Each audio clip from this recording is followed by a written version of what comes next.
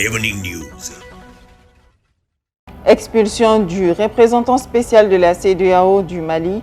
Selon un communiqué du ministère des Affaires étrangères et de la coopération internationale, le gouvernement déclare le représentant spécial de la communauté des États de l'Afrique de l'Ouest au Mali persona non grata. Les causes de cette décision à suivre. Célébration de la fête du Mauloud. Les 8 mosquées des logements sociaux de Ntabakoro se sont réunies pour l'occasion. Les détails avec notre reporter dans un instant. Aussi, il sera question du lancement du Front des forces pour le changement et l'émergence Force Faso Benko. Mesdames et messieurs, vous êtes sur Joliba TV News. Bienvenue à toutes et à tous dans ce journal Joliba Evening News. Un journal que nous commençons avec ce communiqué d'expulsion du représentant spécial de la CEDEAO au Mali.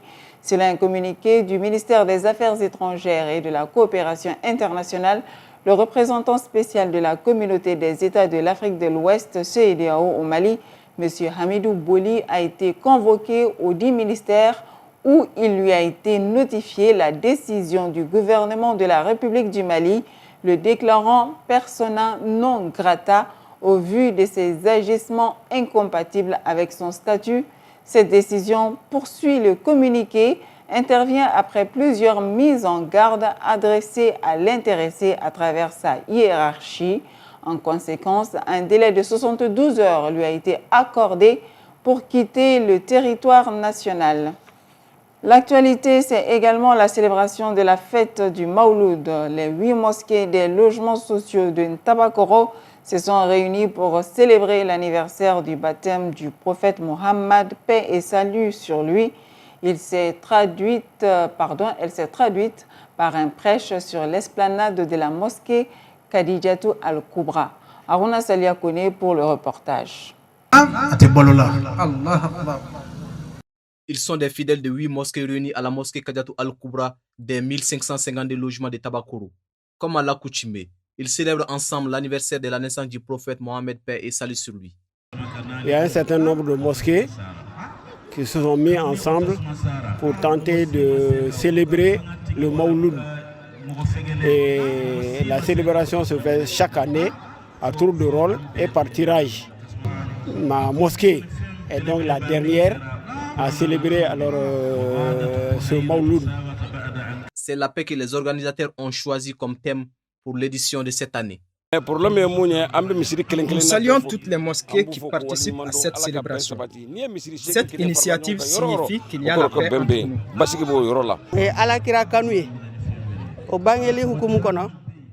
Cette cérémonie témoigne de notre amour envers le prophète. Nous souhaitons que la paix et la stabilité règnent dans ce pays. La présidente de l'Association des Sœurs Unies des logements sociaux de Tabakoro appelle à l'unité, à la paix et au soutien à la transition. Je demande à toute la population de Tabakoro ainsi que à tout le Mali vraiment d'être unis.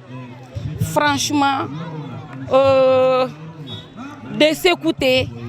Je demande à Allah le Tout-Puissant qu'il nous accorde la paix, la santé et surtout la réussite de cette transition. La célébration de ce dimanche intervient une semaine après celle de la naissance. Elle marque l'anniversaire du baptême du prophète des musulmans.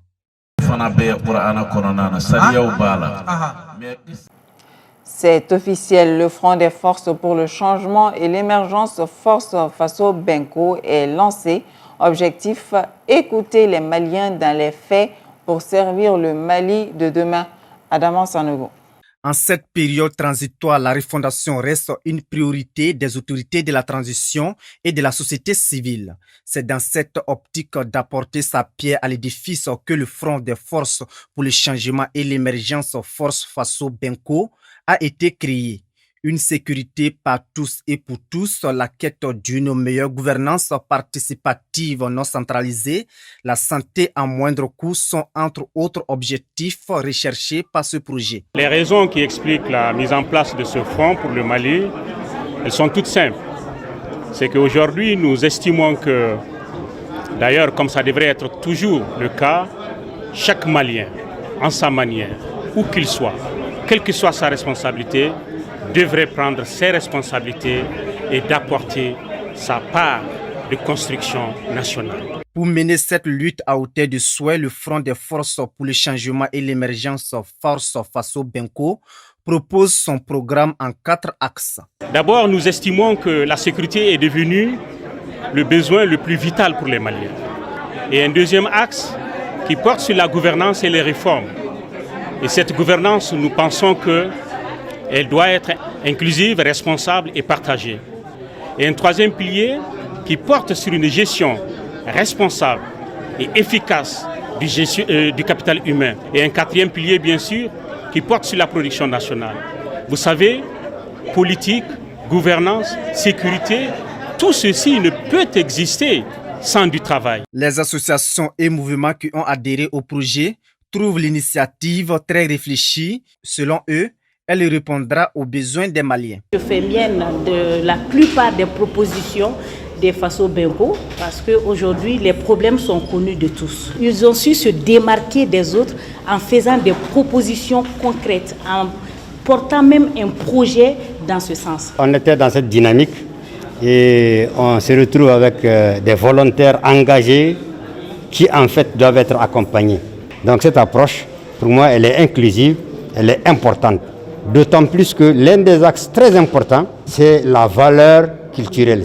Le Front des forces pour le changement et l'émergence Force Faso Benko invite tous les autres projets à œuvrer dans ce sens, c'est-à-dire la recherche de la stabilité sur toute l'étendue du territoire afin de conduire le bateau Mali à bon port. La fondation Empower Mali a construit 3 salles de classe à Siémé dans le cercle de Kadiolo. La cérémonie d'inauguration a eu lieu ce samedi 23 octobre en présence de Nyankoro Ye Samake, le président de la fondation. Suivons le reportage de notre envoyé spécial Moussa Tembine. Les infrastructures construites sont composées de 3 salles de classe, 6 latrines, un bloc pour le logement des enseignants et une direction. Ces infrastructures ont coûté 30 millions de francs CFA, financées par la fondation Empower Mali. Le représentant du directeur du centre d'animation pédagogique s'est dit ravi d'avoir ce joyau dans son cap et remercie les donateurs. Nous sommes très satisfaits de la construction de cette classe, dans la mesure où c'est un cadre idéal pour les enseignants et aussi bien que pour les élèves. Surtout quelqu'un qui œuvre dans le domaine de l'éducation surtout est à remercier. La fondation Empower Mali est impliquée dans plusieurs domaines d'activité à travers le Mali. Bon, la fondation Empower Mali est impliquée dans beaucoup d'initiatives au Mali. C'est une fondation qui est basée aux États-Unis, dont je suis membre fondateur. Aujourd'hui, nous avons construit 43 écoles au Mali, c'est-à-dire 3 salles de classe multipliées par 43, 129 salles de classe. À travers le Mali, nous avons aussi fait une quinzaine de forages à travers le Mali aujourd'hui et beaucoup d'autres forages à venir parce que nous avons acheté une machine, une foreuse, qui nous permettra de promouvoir l'accès à l'eau potable, qui est aujourd'hui un besoin dans pratiquement toutes les localités du Mali. Le PACP est un parti précurseur sur la scène politique avec des actions concrètes au dire de son président. PACP, dont je suis le président d'honneur, nous croyons fermement que diriger, c'est servir. Diriger, c'est servir. C'est pourquoi aujourd'hui, le Parti pour l'action civique et patriotique est un parti précurseur de l'action concrète sur la scène politique malienne. Nous entendons engager une forte rivalité avec tous les partis politiques sur l'échiquier politique malien. Que ce ne soit plus des propos bienveillants, que ce ne soit plus des promesses creuses, que ce soit des actions concrètes qui distinguera les acteurs politiques du Mali. La cérémonie a pris fin avec la coupure du ruban et quelques notes musicales du terroir. Après avoir assuré la présidence en 2017, le Mali s'apprête à nouveau à diriger la force conjointe du G5 Sahel à partir de février 2022. Quels sont les enjeux de cette présidence pour le Mali? Elhadji Malick Guité s'est entretenu avec Jérôme Pigné, président et cofondateur du réseau de réflexion stratégique sur la sécurité au Sahel. Bon, je pense que les enjeux pour le Mali, indépendamment de la situation politique et de la transition que nous connaissons actuellement, les enjeux pour le Mali, c'est d'assurer une certaine forme de continuité et d'élargissement des objectifs à atteindre du G5 Sahel et de cette présidence. En 2017, le Mali avait eu la présidence et avait permis d'insuffler une certaine dynamique au niveau de la coopération sous-régionale. Aujourd'hui, il faut, au niveau du G5 Sahel, renforcer évidemment la cohérence et la cohésion entre les États et avec un focus notamment sur l'espace qu'on appelle l'espace des trois frontières entre le Mali, le Niger et le Burkina Faso. Il faut peut-être mettre à jour la stratégie de sécurité et développement qui a été un document validé déjà il y a plusieurs années par le G5 Sahel. Il y a un certain nombre de réformes sur lesquelles, organisationnelles, sur lesquelles les pays travaillent avec le secrétariat exécutif. Donc je pense que c'est le moment aussi véritablement de mettre l'accent sur les objectifs à atteindre en matière de jeunesse, en matière de femmes, en matière de société civile, comment renforcer les mécanismes d'anticipation et de réaction aux crises, notamment dans cet espace transfrontalier. Je pense qu'on a beaucoup parlé ces dernières années de la force conjointe du G5 Sahel et on a mis peut-être un petit peu de côté toutes les questions non militaires liées à la stabilisation de la sous-région. Les populations de Kalabambougou ont tenu ce matin une assemblée générale suite à la mauvaise qualité des eaux fournies par la Société malienne de gestion de l'eau potable Somagep. Les habitants de ce quartier périphérique de Bamako interpellent les autorités en charge de sa gestion pour assumer leurs responsabilités avant qu'il ne soit trop tard. Suivant le reportage, Moussa Tembini. Aujourd'hui, l'objet vraiment de l'Assemblée, c'est dans un premier temps informer la population vraiment de la situation que nous vivons par rapport vraiment à l'eau potable de la Somagep. De deux, trouver une solution, comment trouver une solution par rapport vraiment à la dégradation vraiment de l'eau concernant la population de Kalabambougou. Donc le but même de l'Assemblée aujourd'hui, c'est un peu ça, c'est par rapport à ces deux points. Donc aujourd'hui, par rapport à ça, comme solution, si je peux me permettre de le dire, comme solution par rapport à ça, c'est de voir ensemble comment aider, on peut dire comment aider l'État. Parce que face à ces genres de situations, c'est la population qui peut aider l'État maintenant à faire une sortie de crise. Parce qu'on peut dire que c'est une crise, c'est une pandémie aujourd'hui qui ravage partout. Parce qu'on voit que nos parents, nos enfants, nos mamans, nos papas sont tous tombés malades par rapport à l'eau. Parce que la couleur de l'eau a changé. Donc la solution, c'est quoi aujourd'hui? C'est de donner la main, voir vraiment les techniciens à la matière, comment revoir maintenant pour que vraiment l'eau revienne vraiment comme il était avant. Et voici l'image du jour, la grande mosquée Djingareyber. La grande mosquée Djingareyber de Tombouctou est l'une des 3 grandes mosquées de la région de Tombouctou avec Sankoré et la mosquée Sidi Yahya. Faite en banco, la mosquée Djingareyber a été construite entre 1325 et 1327 par Abou Ishaq Es-Saheli sous le règne de l'empereur Kankou Moussa, puis reconstruite et agrandie entre 1570 et 1583 par l'imam Al-Akib, cadi de Tombouctou, qui lui ajouta alors toute la partie sud et le mur d'enceinte du cimetière situé à l'ouest. L'empereur Kankou Moussa offrit à Saheli 12 000 mitkal, soit environ 200 kilos de poussière d'or, pour sa conception et sa construction. La mosquée a été réalisée entièrement dans un style architectural soudanais et elle est constituée de 25 fils de piliers. C'est la plus grande mosquée de Tombouctou. Elle peut accueillir la prière du vendredi qui rassemble jusqu'à 12 000 fidèles. Une fois par an, la population participe à la réfection des enduits extérieurs.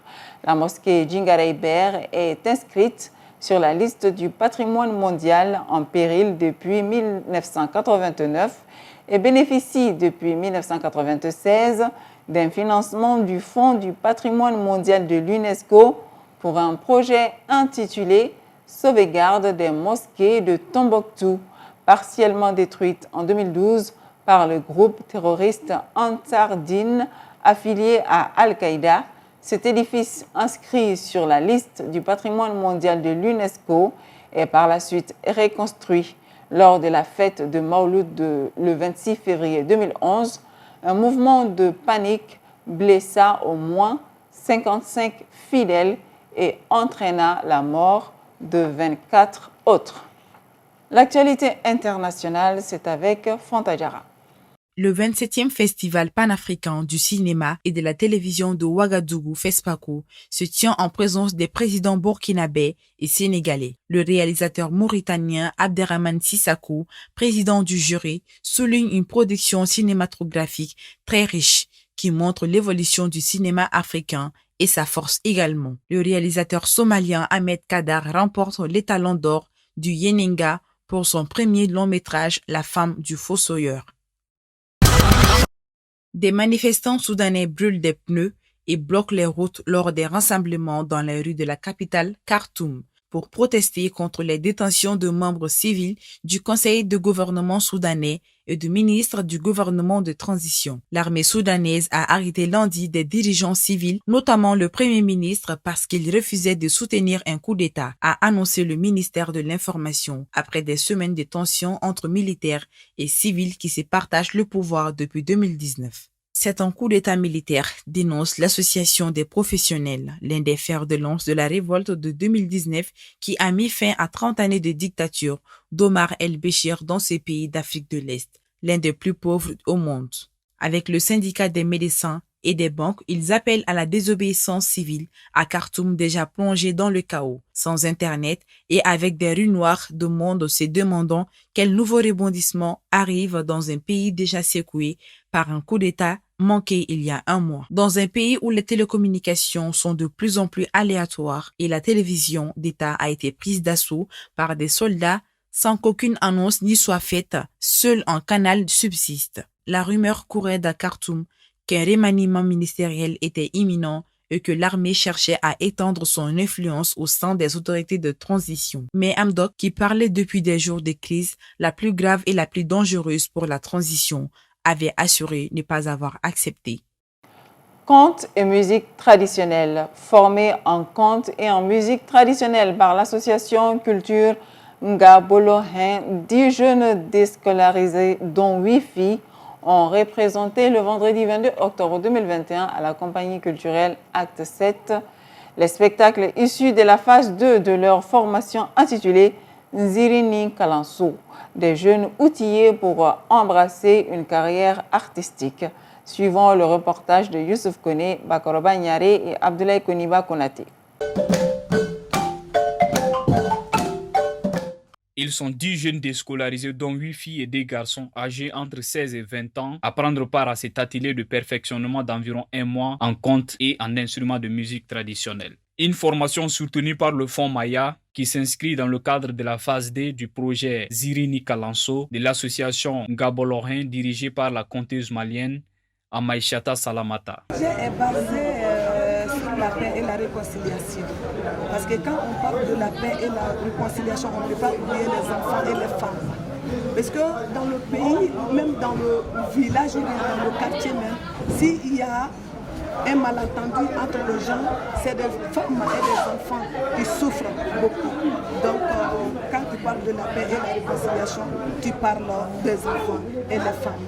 Les idées de projet, c'est ça. Durant 1h30, les jeunes ont émerveillé le public à travers leurs prestations, notamment de contes au rythme des instruments musicaux traditionnels comme le balanfon et le bara. Une prestation saluée par la représentante du ministère de la Culture, de l'Artisanat, de l'Industrie hôtelière et du Tourisme, qui promet d'aider ces jeunes à retourner sur les bancs de l'école. J'étais vraiment impressionné par la durée de la formation. en 2 mois, 1 mois et demi. Les jeunes qui parviennent à maîtriser l'art du conte. Le conte, c'est quelque chose d'ailleurs qui a tendance à disparaître au Mali, que nous devons revivre. Moi, je laisse à partir de la culture de l'industrie hôtelière et du tourisme qui m'a chargé de représenter aujourd'hui. Donc, nous allons appuyer peut-être à ces jeunes-là. Même s'il faut collaborer avec des partenaires, notamment le ministère de l'Éducation nationale. L'objectif de cette initiative est de contribuer au développement socio-économique et culturel du Mali à travers l'art. L'initiative entend également faire de ces jeunes des acteurs de changement au sein de la société.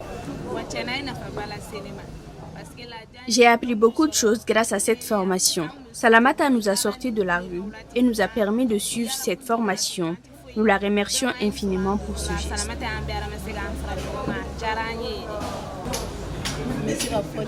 Je peux désormais jouer au balafon ou jouer dans une pièce de théâtre devant un public sans être stressé. Avec ces formations, ces 10 jeunes sont désormais aptes à mener une carrière dans l'art du conte et de la musique traditionnelle. Et voilà, aimables téléspectateurs, c'est tout pour ce Djoliba Evening News. Si tout va bien, je vous donne rendez-vous pour le Djoliba Morning News. D'ici là, tout à l'heure, à partir de 21h, vous pourrez retrouver une édition spéciale sur l'expulsion de l'envoyé spécial de la CEDEAO du Mali avec Mohamed Attaher Alidou et ses invités. Encore merci à toutes et à tous pour votre aimable attention. Excellente suite de programmes sur Djoliba TV News.